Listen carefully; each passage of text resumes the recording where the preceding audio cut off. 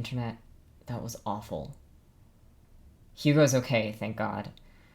They put him on a ventilator in the ambulance, and then once we got into the hospital, they got him stabilized, but they kept him overnight and then released him earlier this morning. We almost lost him. The doctors said that if we hadn't been so quick and called the ambulance and gotten him the epinephrine, we would have lost him. That's so terrifying to think about. They're actually both here right now, Hugo and B. I didn't want them to go back to their apartment alone, so they're crashing here now. And I do mean crashing. Hugo's feeling better, but the doctors want him to get some rest. And B insisted on staying at the hospital all night in a chair at Hugo's side. And I stayed too, but I guess I'm just too wound up to sleep right now. I've never been very good at seeing B hurt like that. I think B would have gone crazy if he'd been alone. When I got to the hospital, his hands were shaking so badly he could barely fill out the paperwork, and he looked like he was going to cry or yell or punch something. He calmed down a little after he heard that Hugo was going to be okay and got to check in on him. Hugo wasn't really feeling up for much talking, and he fell asleep pretty quickly, so B basically just stayed up the whole night in a hospital chair by Hugo's bed, making sure he was still breathing.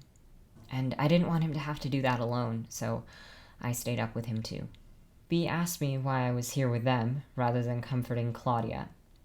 And I told him it was because Claudia wasn't currently in the hospital. Claudia didn't spend her last few breaths as her throat closed up saying how much she loved him and would never hurt him. And Claudia had just been humiliated in front of everyone she cared about by someone she loved. I think B was pretty surprised by that. I mean, Claudia is my best friend. Was my best friend. And Donna's my boss. But what the actual fuck, Claudia? I don't know what happened. I know I haven't talked to her that much lately, but I never thought she'd be capable of something like this. She must have known about Hugo's peanut allergy, right? He wears a medical bracelet, so she has to have known. But then, the obvious conclusion is that she did that on purpose. And I can't believe that she would do that, but I don't know what else to think. I mean, even if Hugo did cheat on her, which I highly doubt, how could she do something like that? I know I need to go talk to her, but I don't think I can do that without losing it right now. Believe me, she will hear from me. She's not just going to walk away from this. And Donna, she definitely should have known better. It's completely inappropriate for her to have gotten so involved in her employees' personal lives like that. How could she do that? How could she just back Claudia up and help her humiliate Hugo like that? I don't think I want to be at Aragon anymore. Eventually, someone at the hospital got a hold of Lauren early this morning. I guess she left the party before she saw that Hugo went into anaphylactic shock. But when she heard from them, she rushed right over and gushed over how sorry she was. And Hugo, being the saint that he is, immediately forgave her, and she's out at the pharmacy right now. Last night, I must have dozed off because I startled awake to find B crying.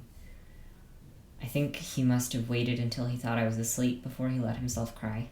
And I tried to comfort him, but he seemed really angry that I'd seen him crying. And when I asked him why, he said that he didn't want anyone to see him like that. Like what? Like having emotions? Like showing that you're not some robot who doesn't understand human feelings? Which I have always suspected.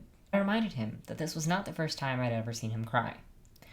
When he bombed that micro-E contest, when we watched Dumbo that one time, and when he told me that Hugo had gotten beaten up by some idiot frat boys when he was transitioning. I reminded him that he wasn't alone in all of this, and that he certainly didn't need to pretend to have it all together in front of me. I mean, he saw me break down when I got the news that my dad died. The least I can do is return the favor. So we sat there for who knows how long, and he stopped trying to hide the tears. And I wanted to hug him or hold his hand or something, but I just didn't feel like that would really be the best idea right now, so I just silently handed him tissues. After he calmed down, he asked again why I was staying. I mean, he had Hugo covered and Hugo was stable, so I didn't really need to stay. And I pointed out that, yeah, I probably couldn't do much about Hugo right then, but that Bradley might need someone there with him so that he didn't have to go through it alone. And he tried to convince me that he was fine, which was obviously crap. So I pointed out that I know him, that I have known him for a really long time, and that he was most definitely not okay, and that if he wanted me to leave, I would, but that I wanted to stay for him. And this was probably the absolute worst time to say this. I mean, this isn't what anyone should have been focusing on, Bradley least of all. But it was like 2 in the morning, and I was really tired, and tired that he kept asking me this question.